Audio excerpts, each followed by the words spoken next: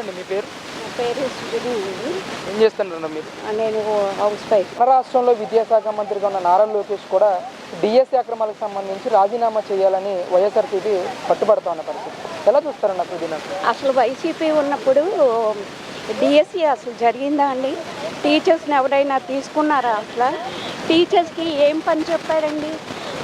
బాత్రూముల దగ్గర నుంచోను, లిక్కర్ షాపుల దగ్గర నుంచోను ఈ పనులు చెప్పారు.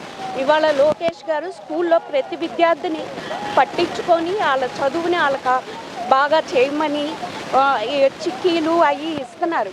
ఇవాళ చిక్కీ ఎట్లాంటిది ఇస్తున్నారు? మల్టీవిటమిన్ అన్నీ ఇస్తున్నారు. నువ్వు ఆయన ఎట్టా చేశాడు, ఈయన ఎట్టా చేశాడు అంటానికి బుద్ధి జ్ఞానం ఉండాలి కదా. మనం తినేది కొంచెం అన్నమే. ఇదితో మాట్లాడే వాళ్ళు కూడా చూసి మాట్లాడాలి. ఎలా ఉంది ఆ తేడా చూసి మాట్లాడాలి. జరిగిపోయింది కాదు.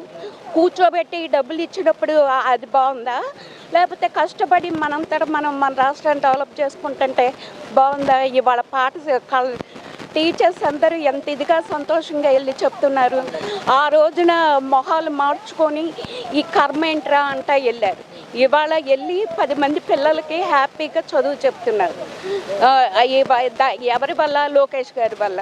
ఈయన చేసేది కూడా అకస్మాత్తుగా స్కూల్కి వెళ్ళి ఇన్స్పెక్షన్ చేయటం, పిల్లలతో మమేకం అవ్వటం, ఆఖరికి చిన్నపిల్లలను కూడా దగ్గరికి తీసుకుని వాళ్ళతో పాటు భోజనం చేయటం, ఇట్లాంటి ఏ రోజన్నా జగన్ చేశాడా?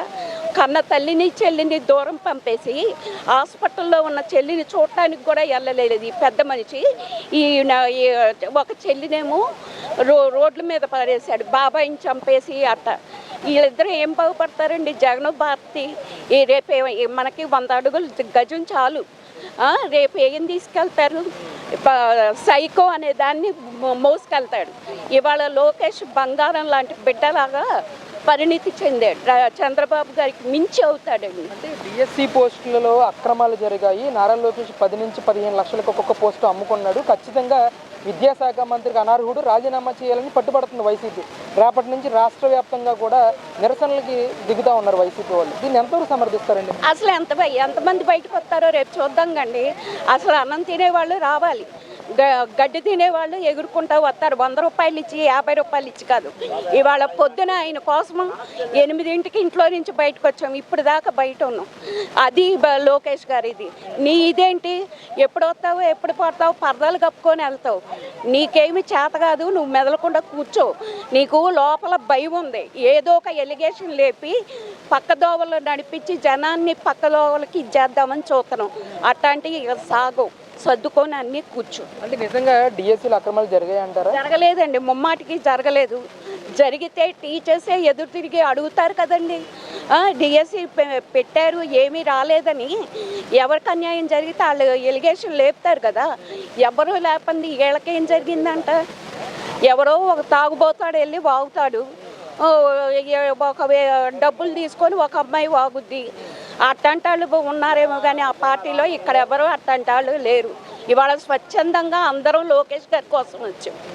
అంటే ఎలా చూడొచ్చండి, నారా లోకేష్ గారు విద్యాశాఖ మంత్రిగా ప్రమాణ స్వీకారం చేసిన తర్వాత విద్యాశాఖలో ఎలాంటి మార్పులు తీసుకొచ్చారు? ఒకవైపు ఆయన రాజీనామా చేయాలన్న ఒత్తిడి తీసుకొస్తా ఉన్నారు. అసలు విద్యాశాఖ ఏమన్నా బాగుపడిందా ఈయన అధికారంలోకి వచ్చిందా? చాలా బాగుపడిందండి. చాలామంది పిల్లల్ని ఆ స్కూల్స్లో చేరుస్తున్నారు. ఎక్కడో తప్పితే కొంతమంది తప్పితే ఆ స్కూల్స్లో ప్రైవేట్ స్కూల్స్తో ఉంచుతున్నారు. కానీ చాలామంది గవర్నమెంట్ స్కూల్స్కి ఇది ఇవ్వాలని అవుతున్నారు. పిల్లలు కూడా చక్కగా వెళ్తున్నారు, చేస్తున్నారు. వాళ్ళకి కావాల్సిన ఫుడ్ కూడా వెరైటీ వీక్లీ అన్నీ పెడుతున్నారు.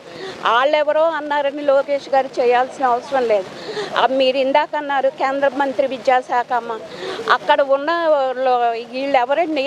రౌడీలు, బంగ్లాదేశ్ నుంచి వచ్చిన వాళ్ళు, పాకిస్తాన్ నుంచి వచ్చిన వాళ్ళు. కానీ మన పిల్లలు కాదు, మన ఇండియన్స్ పిల్లలు కాదు. వాళ్ళందరూ రౌడీలు, గోండాల్లాగా ఉన్నారు.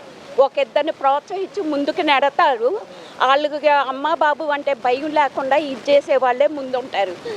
చదువు సంస్కారం నాకు అన్నీ కావాలన్న వాళ్ళు ఎవరు అట్లాంటి వాటికి వెళ్తారు.